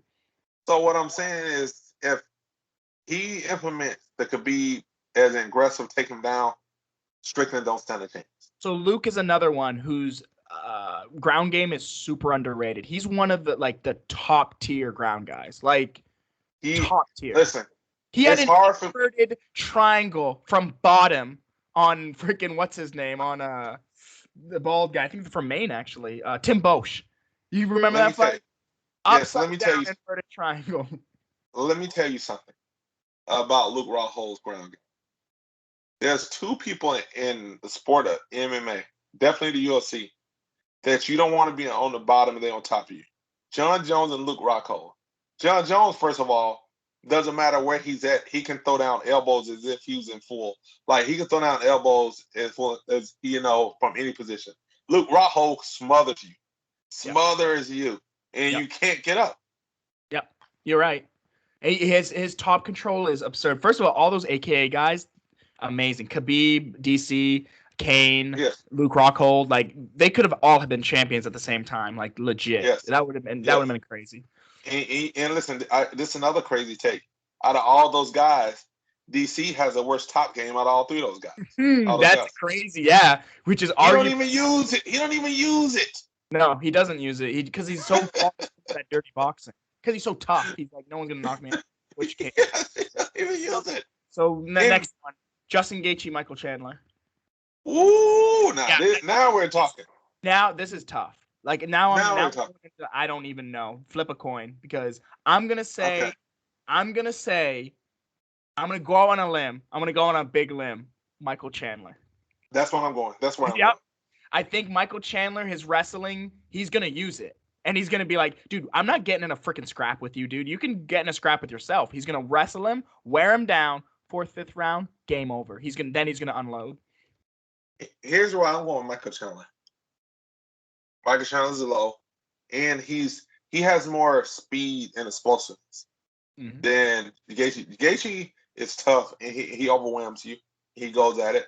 But when it comes to like speed and like athleticism with his strikes, he's not equivalent to like Michael Chandler can go from 0 to 100 real quick. Yep. Real quick. And Gaethje is a phenomenal guy, but I think Michael Chandler athleticism and explosiveness on striking because Gaethje's not gonna try to take him down. Nope. That's the one weakness. That's when Gaethje needs to work on do his wrestling more. He really does. Like use it when you can use it. I agree. Yeah, I got Chandler. Next one we got knockout actually. I got knockout too, actually. That's weird. I got Rose versus Wiley. What do you got? Oh. That's another hard one. Like, now this is really hard. Oh, because that no.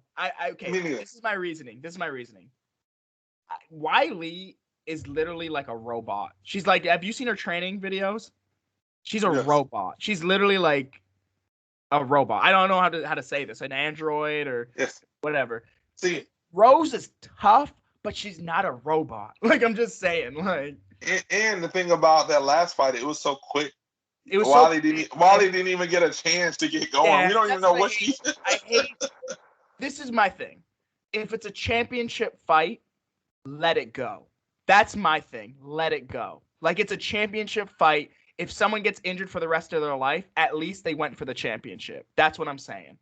Yeah. Other fights, stop it a little early. The Evander Holyfield, it's an exhibition. Stop it. I don't want to see a freaking mauling. I don't want to see that. Like other fights, but if it's a championship fight, let it go. Like that's like let it go. Let it go. Let it go. Listen, here's the thing. Die tonight. Hey, I didn't know we were watching Bloodsport here. You know, here's the thing here. The fighters would agree with me. I bet you $1 million. The only one who would disagree is the ref. The fans agree. The fighters agree. If it's a championship fight, they worked their lives to get to this position. TJ Dillashaw versus what's his name? Henry Cejudo. Stupidest stuff. It's a championship fight. Let them fight. TJ was still in that fight. Don't tell me. Like he was grabbing a leg. Like he was rabbit punching him. Like, there's only two people that's gonna disagree with that. The refs, and that's the refs. And the person that won. And who? The person that won. And the person who won. You're right. Yeah, that was a good stoppage. So okay. Every fighter says that. They're like, oh, thank God the ref stepped in. I would have murdered them. Like, I guess the only one is Sean O'Malley though. Remember that fight? Sean O'Malley. Yeah. I agree with Sean. He was like, dude, thank God the ref stopped that fight. Like, now, okay. Now that Wiley Zane knockout, I think that was justified. She was out, and then Rose came on. The only reason I say it's not is because it's like I said. I would have to watch it again. I don't think she was out. I think she was out. Don't get me wrong. It was definitely like legit, but I don't think she was unconscious. I think she could have continued. I have to see it again, but. Like I said, championship. I want them literally blackout. Like that's my. Yeah. That's. I know. Okay. Like, see, you on the freaking Ivan Draga. Or they're turtling up and they're like saying to the ref, "Please stop the fight." Like, oh God, like this, and the other person's literally punching them in the face like this, like over and over. Hey, new nickname alert: Otis Draga. Draga. If he dies, he dies. Dies. I will break you. I will break you. You know. So okay. So here's the thing about that fight.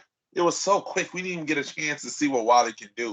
It was so quick. So I think this fight we're gonna see, and I like Wiley because Wiley is a monster. And her power, power is a monster. And here's the thing about Wiley. If you haven't seen Wiley Zhang's either her workout videos or her fights, go watch it. She's a monster. And the thing about Wiley too is she's gonna be so focused in this fight. She lost. And not only that, she's got that China power behind her. She's got literally the whole country. China's like, you will not lose this fight. This fight, you will not lose. Like, how many people are gonna watch this fight in China? 2 billion? Like, it's gonna be crazy. It's gonna be insane. White just sees dollar signs when he hears China. So I'm gonna go Wiley. I got Wiley too. It's again, I love Rose. Thug Rose. And see, Wiley's also her physicality is different too. She's a different breed. She definitely is. I think she's just like she's been. There's some people in their head. I don't know. Maybe it's how they're programmed or something. There's no like off button. There's no like switch off. Like when you do biceps, you're like, oh, or bicep curls, you're working out like, okay, I'm tired, I'm gonna stop. She doesn't have that button. She doesn't have the off button. Like, so her and Vitor Belfort, right? Vitor has an off button, but Vitor's off button is genetically enhanced. So okay, so I'm going Wiley on that one. And then finally, hold on. Who are you going with on that call? Oh, Sandy, I got Wiley. Wiley definitely. Okay.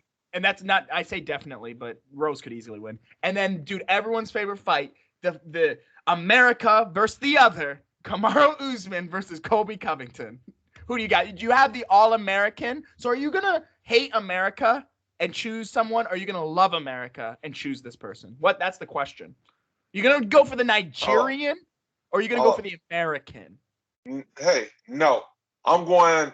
I am the real American. I don't know. Michael was right for every man. This might be Sudan, or where was that thing with the Tom Hanks? This is my ship now. I'm the captain now. I'm the captain. Was that Sudan? Yeah, that was Sudan. But see, hey, so I'm going with the real American. The Nigerian real American? Hold on. Do I need to get my red hat? Do I need to put it on? Uh-oh. You throwing out gangs? You gonna throw some gang signs up? Do I need to get my drifting hat? Yeah, to make America great again. My hat that every white man smile when I wear. I know, it's so true, dude.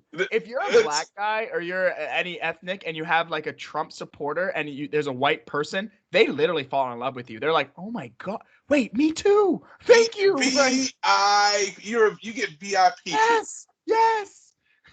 So, well, listen. No. I'm going Colby Covington. Dude, no, you're not.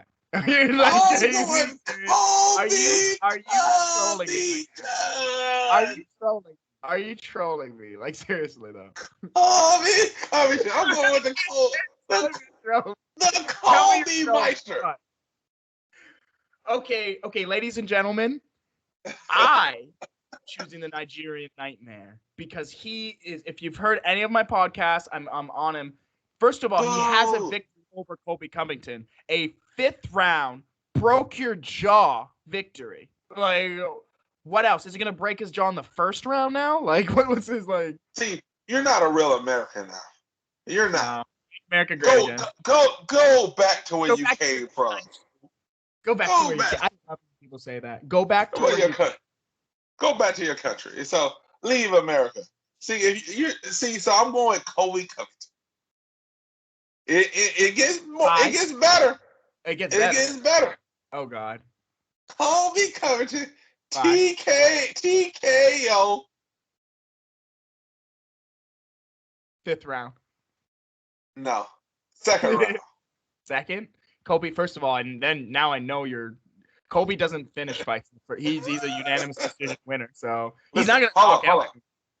Colby doesn't finish. Every time I turn around, he has about 5 women around him. He must finish. Well,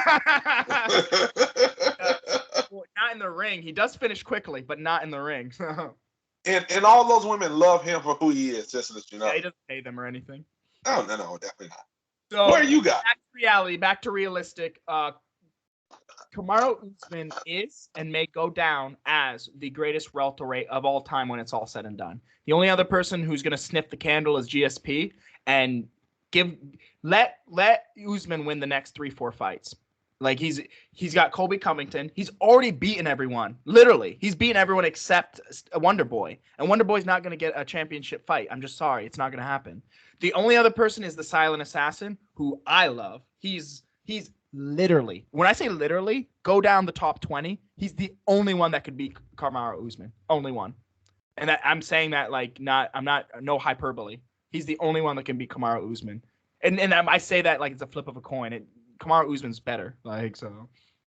Oh, so you do not see Colby Covington standing a chance? The only way he stands a chance is if it's a 5-round decision and he just grinds on. I'm talking like when I say grind, I mean like take his elbow and grind it into freaking Usman's face and like cover his mouth and those old school tricks. William Regal type technique? Yeah, really we're gonna poke him in the eye, like hold his glove so he can't move. Like that's the only way. And can Colby do that? Yeah. He's all American, dude. He finds a way to win, like all of us Americans, but Usman is just a different tier fighter. Like he's S class. Like he's next level. That's one punch man right there, S class. Well, listen. You know what Colby Covington is? He's first class, and that's all you need. Yeah, he's definitely, I would say, coach class at this point. So he's, if you want to like.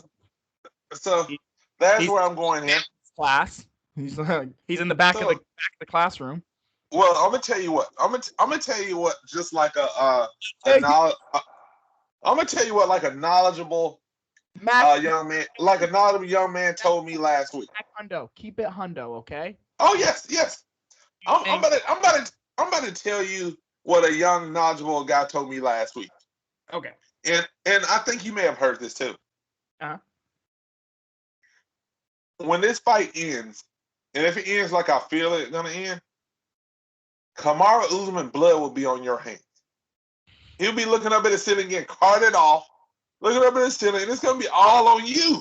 Yeah, we did. I mean, that's true. This was discussed last podcast. So, hey, if you guys haven't seen it, go to last podcast, and you'll see what we're talking about. There is blood on my hands, by the way. So, well, he didn't bleed the fight. There was no blood. They stopped it way too early, so. But I'm telling you, dude, like Colby, you know what? Let's be honest. Dana White wants Colby White to win, or Colby Covington. How awesome would that be? Colby Covington, Usman 3. Take it all. Take it or leave it. But you know one thing Dana will love more than anything too? What? A black man gets knocked out? Oh, of course that. But Colby Covington walking around with a championship with a MAGA hat on and being Dana White's Dana White and Trump are like friends, so I mean, yeah. You know what? I say all this. Trump, like, I'd probably take all the politics out. I'd probably be Trump's friend if he was like a guy, like just a regular. If you were like, hey, that's Trump down the road. He's an asshole, but he's a billionaire. He's actually kind of cool. If you just talk to him, just don't piss him off. I'd be like, okay. Like, we all know a narcissistic, rich asshole that you're friends with. You're kind of friends with. You're not. Like, you're like. Yeah, so it's true. Like, that's him. And plus, he'll be friends with you, but you have to take pictures though. Yeah, you take pictures. If you just stroke his ego, it's like, oh, Trump. Oh my God, Donald Trump. Hey, you're amazing. I am amazing. I'm so amazing. I'm so amazing. You're right. And then you take a picture, and you know what he's gonna say? Yes, I'm cool with the blacks. Yeah, yeah. What do you got to lose? What do you Trump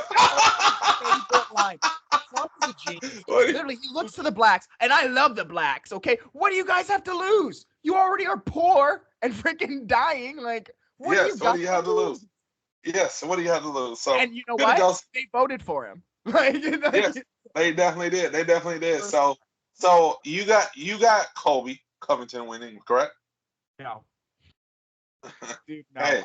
I don't. The only way Colby wins is a decision, a grinder, and even then, I don't see that. I think Usman's gonna have enough in the tank.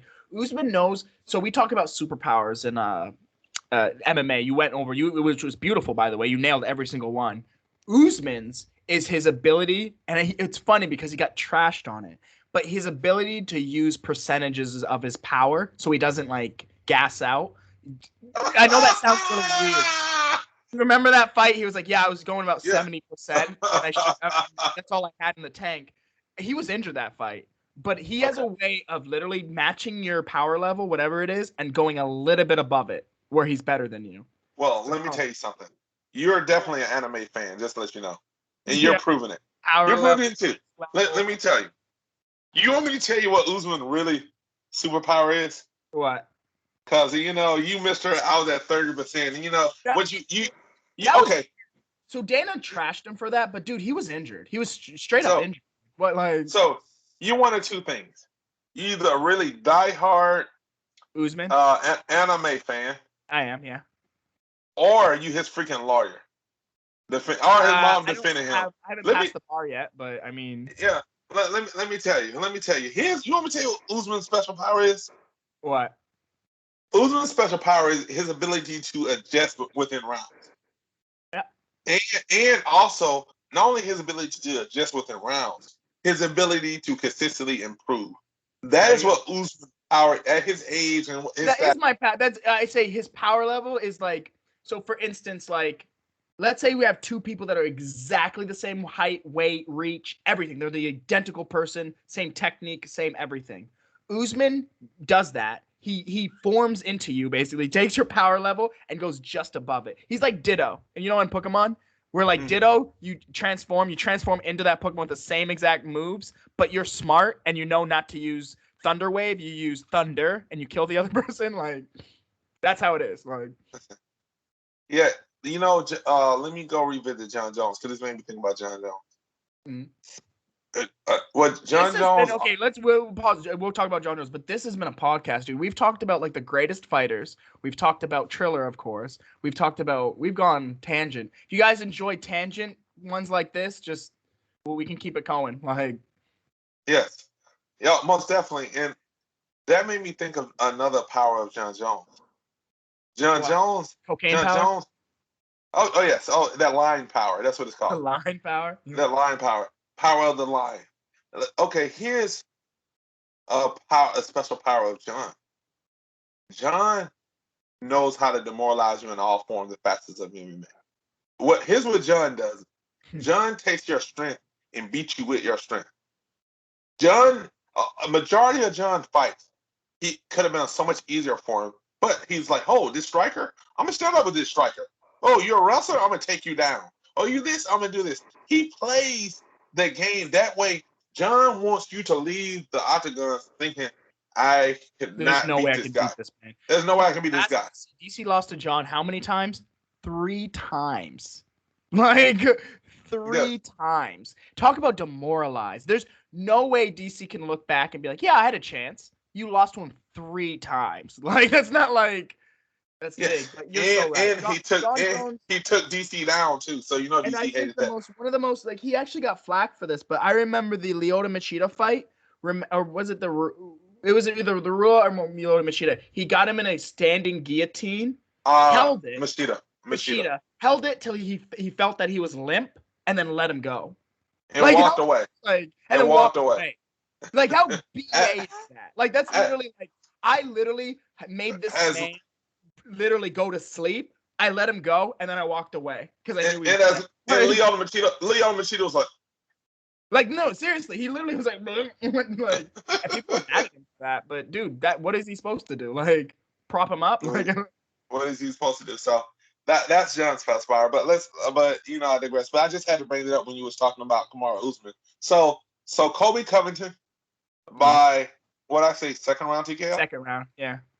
The only reason I didn't agree with that is because Colby doesn't finish anyone in the first or second round. So it's that's gonna be rough. That's crazy. Crazy. I don't think so. I don't think he's gonna finish him in the first or second. But if he does, that's amazing. That's a good call. But don't think that's gonna happen. I don't even think it's gonna bet on it. I'm gonna bet on it. Are you gonna put money on Colby? I put him decision, maybe, but you could make some good money with that. I think I'm gonna say second round TKO. Usman's gonna win. I got Usman on it. But like I said, if you want some money on this card, it's definitely the last card. Brian Ortega for that win. You can win some good money on that. Okay, my friend. You got any more MMA talk you wanna talk about, or are we good? We touched on the big ones.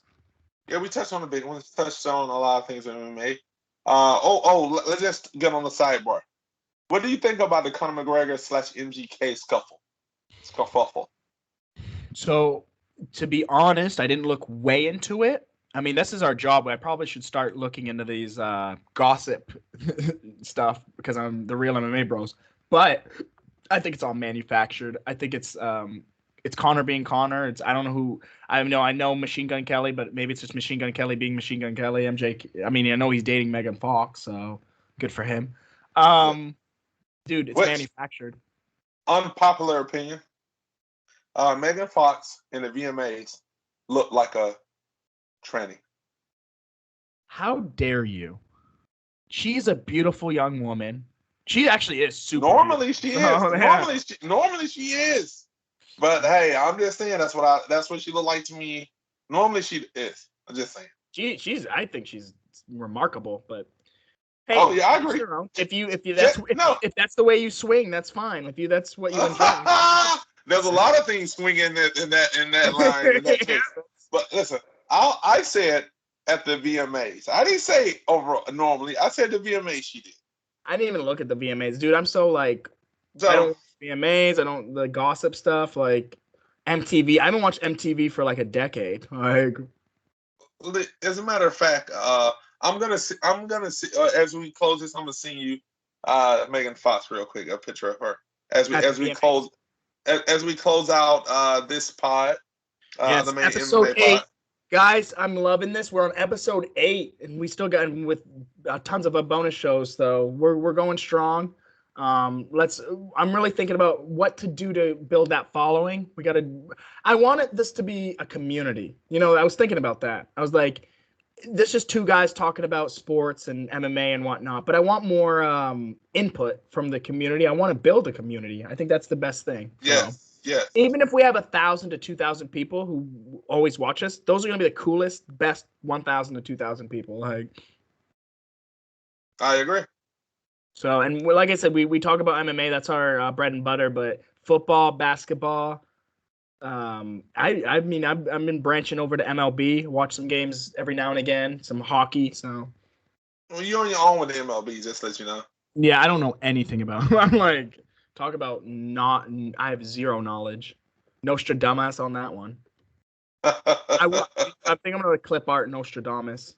But then no one will know. That'll be the most meta freaking clip art. Like, people will clip, what the heck? Like, why is Nostradamus in the clip art? I just sent you the photo real quick. One of the photos. Let's review this. Let's see what you're talking about here. Okay, images. Okay. Megan Fox wore her naked VMA dress. What? I don't see no naked. It was amazing. My God! She had a bathing suit under that. Holy jumpins, dude! First of all, yes, that photo you sent me, I can see that. But the second photo, dude, she's stunning. Like she's like, she's literally a masterpiece. My goodness. And dude, Machine Gun Kelly looks like a drug addict, freaking teenager. Like, I had a discussion with Maria about it, and she was like, I don't know what she sees in him. I'm like, he's on a come up, she's on a come down, he's on a come up. It's simple.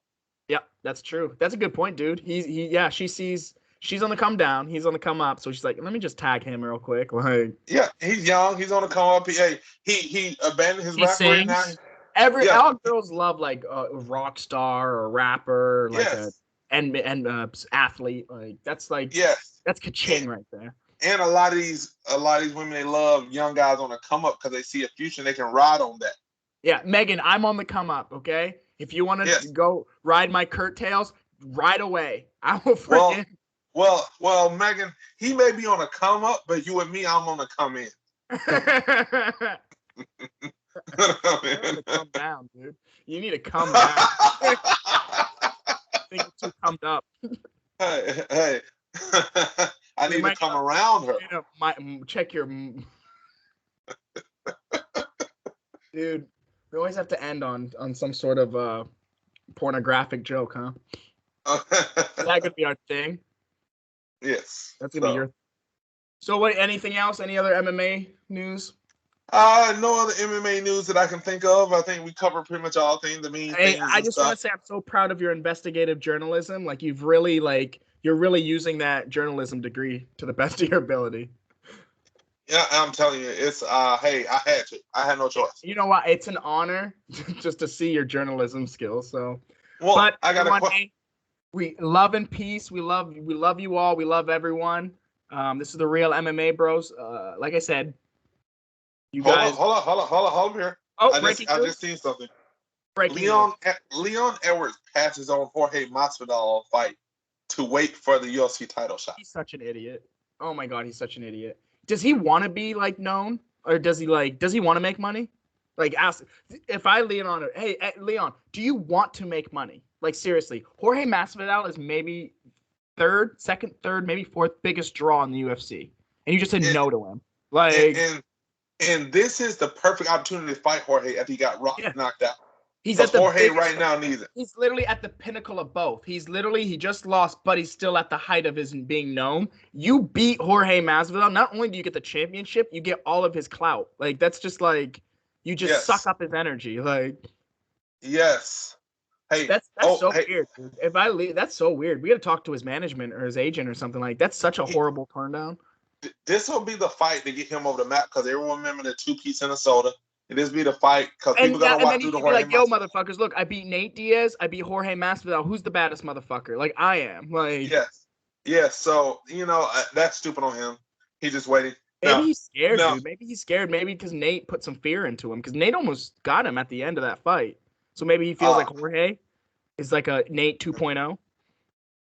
I think he would. I think he would handily beat Jorge, but I don't know why he's waiting. I think so too, man. Like I think he would handily beat Jorge. I don't know why he's waiting. He needs to put his name out there. He needs to go talk to him, dude. Be like, yo, don't. If this is true, dude, that you turn this down, that's such a wrong career move. Like, okay, two things. I just want to bring up. Joseph Benavidez finally retired. Good for him. Thank God. Hey, go home to your beautiful wife. Freaking make some babies. Do your thing. Talk about curtails. Megan O'Leary's on the come up, dude. You just ride her curtails, dude. Yes, and also too. One last thing. Yoel Romero versus Phil Davis. Snoozer. That's gonna be such a snoozer, dude. It literally, it's gonna be at 2 a.m. and we're gonna fall asleep to it. Like that's gonna be a snoozer. Mr. Fantastic, not fantastic anymore, but no, never really. So okay, good to go. So that's all I have to bring. I just had to bring those two things. Okay, so we're the real MMA bros. We got what was my nickname you just made up? Oh Nando. No, okay, so that's not it. We'll think I like education. That's my gamer handle when I destroy people at Fortnite. So he's got edumacated. So we got education, aka Otis Edgecombe. We got Mac Hondo McNeil, Buck 50 what? McNeil, Mac and Cheese McNeil. We got Mr. McNibbles McNeil. We got McNeil over there. Just want to say peace and love. We love you all. And until next time. Mac Hondo sounding out. Be out.